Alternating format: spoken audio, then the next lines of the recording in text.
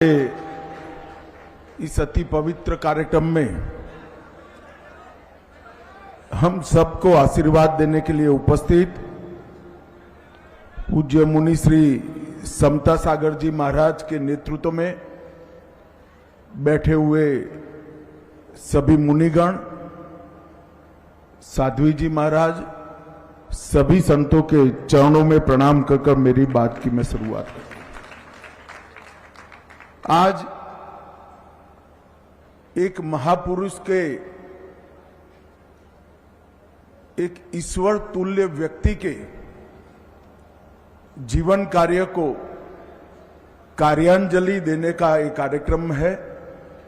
उसमें मेरे साथ मंच पर उपस्थित छत्तीसगढ़ शासन के सम्माननीय मुख्यमंत्री श्रीमान विष्णुदेव साय जी, छत्तीसगढ़ के उप मुख्यमंत्री और गृह मंत्री भाई विजय शर्मा जी, छत्तीसगढ़ शासन के वित्त मंत्री श्री ओपी चौधरी जी, उस पांडे जी, संसद भवन में मेरे साथी भारतीय जनता पार्टी के राज्यसभा के सदस्य श्रीमान नवीन जैन जी, मंच पर उपस्थित सभी सम्माननीय गणमान्य प्रतिभाओं और आज मेरी तरह विद्यासागर जी महाराज को कार्यांजलि देने के लिए आए हुए सभी भक्तों को मेरा प्रणाम, नमस्कार। आज मेरे लिए, भाई बैठ जाओ, आप सुन नहीं रहे हो।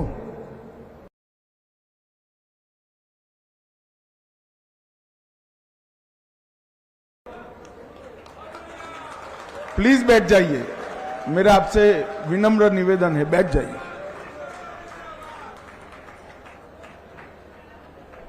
मेरा परम सौभाग्य है कि डोंगरगढ़ की ये पवित्र भूमि, जिसे आचार्य विद्यासागर जी महाराज ने अंतिम साधना समाप्त कर समाधि के लिए जिसको पसंद करा, यही भूमि पर उनके समाधि के ठीक 1 वर्ष बाद मैं यहां उनको श्रद्धांजलि देने के लिए आया हूं।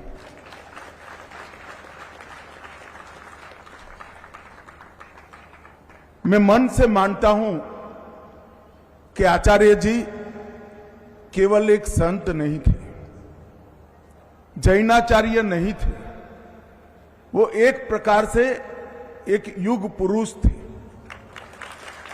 जिन्होंने एक नए विचार का, नए युग का प्रवर्तन किया। ऐसा उनका जीवन कार्य रहा। आज पीछे मुड़कर देखते हैं तो कर्नाटक में जन्मे एक बालक की तप साधना से भारत, भारतीय संस्कृति, भारतीय भाषाएं और भारत की पहचान, इसके वो अपने कर्म से ज्योतिर्धर बने।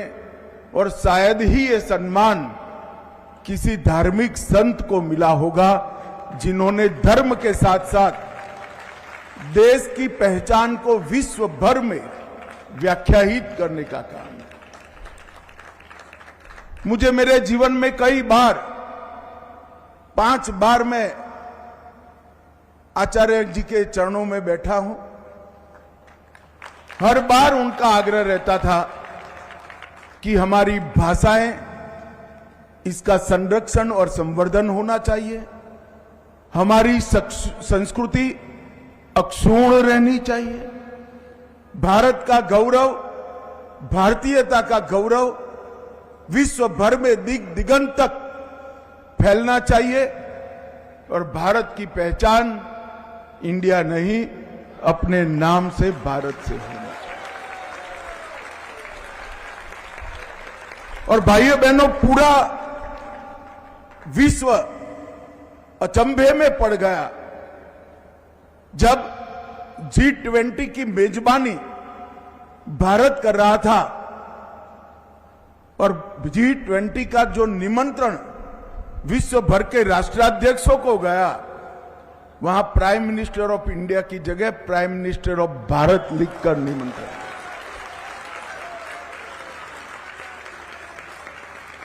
नरेंद्र मोदी जी ने, इस देश के प्रधानमंत्री जी ने आचार्य जी के विचार को जरा भी राजनीति करे बगैर एक क्षण में जमीन पर उतारकर उनके संदेश का अनुकरण करने का था और पूरा देश अचंभित था उस वक्त और देश भर के भारतीयता के भक्त बहुत आह्लादित थे, आनंदित थे और ये मूल विचार, ये आंदोलन आचार्य महोदय का था। जीवन के अंतिम क्षण तक तपस्या का मार्ग नहीं देखा, छोड़ा। अंत समय में जिन्होंने उनके दर्शन का सौभाग्य प्राप्त किया, वो सभी को मालूम पड़ गया था कि जीवन को पंच तत्व के साथ एकाकार करने का इससे बड़ा कोई रास्ता नहीं हो सकता। शरीर तो क्रूसकाय होता गया, आत्मा का प्रकाश इतना ही दिव्य होता गया और जीवन के अंत तक इन्होंने अपनी इच्छा शक्ति से न केवल जिन शासन के अनुयायी जैनेतरों को भी अपनी आध्यात्मिक ऊर्जा से मोक्ष का मार्ग बताने का काम किया। धर्म, राष्ट्र और समाज, ये तीनों के लिए जीवन का हर क्षण समर्पित होना चाहिए। ऐसा बोलने वाले तो बहुत लोग संसार में मिलते हैं, मगर पूरा जीवन इस तरह से जीने वाले लोग कभी कभार ही देखते हैं और ये आचार्य महोदय। अहिंसा परमो धर्म का सिद्धांत किसी की भी आलोचना करे बगैर समग्र विश्व में आज के समयानुकूल व्याख्या कर प्रस्तापित करने का काम आचार्य विद्यासागर जी महाराज ने। जैन धर्म के सारे सिद्धांत जरा भी छेड़खानी करे बगैर पूरा जीवन न केवल उनका, उनके शिष्यों का भी उसी रास्ते पर चले, इसका उन्होंने आग्रह रखा। और आज मोदी जी के नेतृत्व में भारत भी वसुधैव कुटुंबकम और अहिंसा परमो धर्म के सिद्धांतों की पोटली बांधकर पूरे विश्व के अंदर इसका प्रचार कर रहा है। आज मेरे लिए बड़ा सौभाग्य का विषय है, नवीन जैन जी के नेतृत्व में डोंगरगढ़ के सारे कार्यक्रम के आयोजक मुझे मिलने के लिए आए थे कि आचार्य महोदय की समाधि की पहली वर्षगांठ पर 100 रुपये का सिक्का उनके स्मारक में रिजर्व बैंक ऑफ इंडिया जारी करें और 5 रुपये का एक कवल लिफाफा आचार्य जी के जीवन कवन को वर्णित करने वाला भी उसको जारी करें। मैंने जैसे ही ये दरखास्त मोदी जी के सामने रखी, उन्होंने एक क्षण में कहा कि आप आगे बढ़िए और अनुमोदन करें। मैं आज पूरे भारतवर्ष की ओर से नरेंद्र मोदी जी का धन्यवाद करना चाहता हूं, क्योंकि आचार्य जी के कार्य को कार्यांजलि, ये आचार्य जी को कार्यांजलि नहीं है, ना इसकी कोई जरूरत है, मगर विद्यासागर जी महाराज के कार्य को कार्यांजलि, ये हमारी संत परंपरा का सम्मान है और इसकी बहुत जरूरत है। आज मैं यहां आया, एक भव्य समाधि स्थान का भूमि पूजन भी हुआ। मुझे विश्वास है ये स्थान युगों युगों तक आचार्य विद्यासागर के सिद्धांत, संदेश और उनके उपदेश का प्रचार का स्थान बनकर रहेगा। उनके चित्रों का भी अनावरण किया गया और बहुत उचित तरीके से उनके स्मारक का नाम विद्यायतन रखा है। पूरा जीवन जिस संत शिरोमणि ने, जिन आचार्य ने विद्या की उपासना में, परम तत्व की खोज की उपासना में खर्च किया, उनका समाधि का और कोई नाम नहीं हो सकता। मैं सभी आयोजकों को बहुत बहुत हृदय से साधुवाद देना चाहता हूं। आदिवासी क्षेत्र में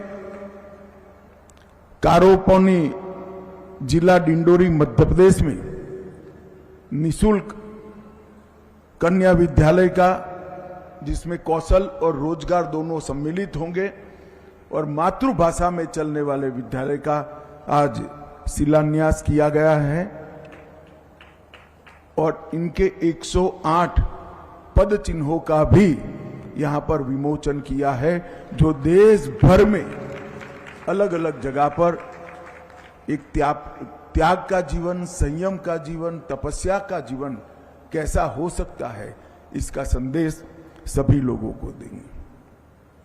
हमारे देश की संत परंपरा बहुत समृद्ध है और भारतवर्ष को जब जिस भूमिका की जरूरत पड़ी, संत परंपरा ने इस भूमिका का निर्वहन किया है। संतों ने ज्ञान का सृजन भी किया, देश को एकता के सूत्र में भी बांधा। जब गुलामी का कालखंड था, संतों ने भक्ति की आहलेख के माध्यम से राष्ट्र चेतना का लौ जलाए रखा। और विद्यासागर जी के लिए मैं कहना चाहता हूं, आजादी के बाद जब देश का शासन और देश पाश्चात्य विचारों से प्रभावित होकर चलने लगा, तब भारत को पकड़कर रखने वाले वो एकमात्र आचार्य थे जिन्होंने भारत, भारतीयता, भारतीय संस्कृति, हमारे धर्म और हमारी भाषाओं को पकड़कर रखा। और ये समय की जरूरियत, उन्होंने ये बाती को अपने मजबूत हाथों से संबल न दिया होता तो भारतीयता की ओर ये प्रयाण जो 2014 से फिर से शुरू हुआ है, शायद वो हुआ न होता। और पूरे देश को एक करने का काम जैन आचार्य, जैन मुनियों ने किया है। उत्तर प्रदेश के हस्तिनापुर से लेकर कर्नाटक के श्रवणबेलगोला तक, बिहार के राजगीर से गुजरात के गिरनार तक, हर जगह पैदल घूमकर त्याग की पराकाष्ठा का अपने कर्मों से संदेश देने का काम किया है। और आचार्य जी का जीवन क्षण क्षण और शरीर का जीवन की क्षण क्षण और शरीर का कण कण धर्म, संस्कृति और राष्ट्र को समर्पित था। अंतिम क्षण तक खुद के देह का विचार करे बगैर राष्ट्र धर्म का निर्वहन करना, ये शायद ही कोई इतनी मनसा वाचा कर्मणा से कर सकता है जो आचार्य जी ने कहा। इन्होंने हमें सिखाया कि हमारी पहचान हमारी संस्कृति में निहित। अगर हमारी संस्कृति ही हम गवा देते तो विश्व के सामने हमारी कोई पहचान नहीं रह जाती। और जिन शासन का संदेश संप्रदायवाद, भाषावाद, जातिवाद, ये सबसे ऊपर उठकर समभाव से सबके प्रति समान दृष्टिकोण और एक वीतरागी जीवन वो जीने वाले महान संत को मैं हृदयपूर्वक आज प्रणाम करने के लिए यहां आया हूं। इन्होंने हिंदी में मुकमाटी नाम का महाकाव्य बनाया। उन्होंने तो कागज पर लिखा, जैन श्रेष्ठियों ने इसको चांदी पर लिखकर लंबे समय तक लोगों को संदेश देने का काम किया।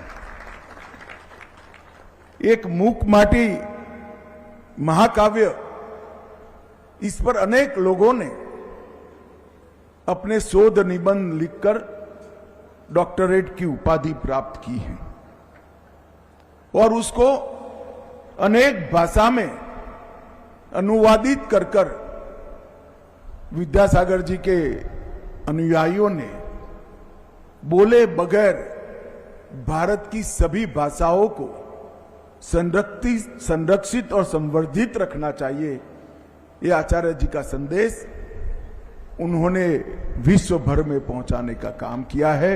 वो सभी को मैं अनेक अनेक शुभकामनाएं। मैं आज पूरे भक्त समुदाय के सामने आचार्य जी ने ही मुझे कही हुई बात मैं दोहराना चाहता हूं। मैं जबलपुर में जब उनको पहली बार मिला, उस वक्त उन्होंने कहा था कि हमारे देश की भाषाई विविधता हमारी सच्ची शक्ति है। फिर यही वाक्य को उन्होंने हम संसारी समझ पाए इस प्रकार से भी समझाया कि भोजन के थाल में जिस प्रकार अनेक विध व्यंजन होते हैं, थाल उतना ही स्वाद से समृद्ध माना जाता है। जिस देश के पास अनेक भाषाएं हो, अनेक लिपियां हो, अनेक बोलियां हो, अलग अलग प्रकार के व्याकरण हो और अलग अलग प्रकार की गाथाएं हो, वो देश उतना ही सांस्कृतिक रूप से समृद्ध माना जाता है। और मैं आज यहां आते वक्त हेलीकॉप्टर में वो दृश्य देख रहा था जब वो बोल रहे थे। सामने कौन बैठा है उनको मालूम नहीं था, मगर वो शब्दों का जो प्रभाव था 23 साल के बाद भी मुझे जस का तस याद है, इतना प्रभाव वो शब्दों में।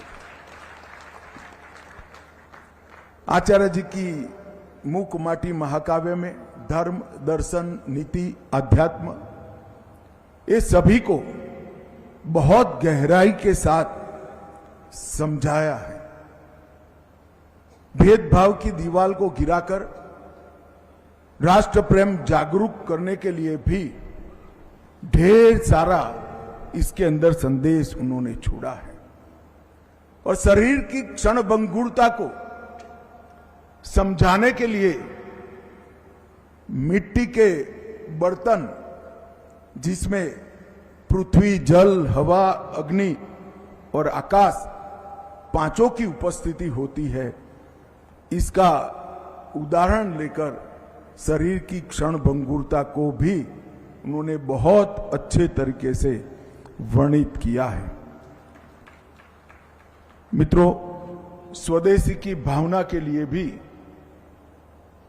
किसी का भी विरोध करे बगैर हमारे देश के गृह उद्योग, कुटीर उद्योग और हमारे देश की रोजगारी की चिंता किस प्रकार से हो, इसके बारे में आचार्य जी ने कई लोगों को प्रेरित किया। गोधन हो, चरखा हो, हथकरघा हो या स्थानीय रोजगार हो, ये सभी को वो हमेशा प्रचारित करते रहे। और शायद मोदी जी ने ये सारी चीजों को जो संबल दिया है, उसमें आचार्य जी की ही प्रेरणा मूल कारण रही है।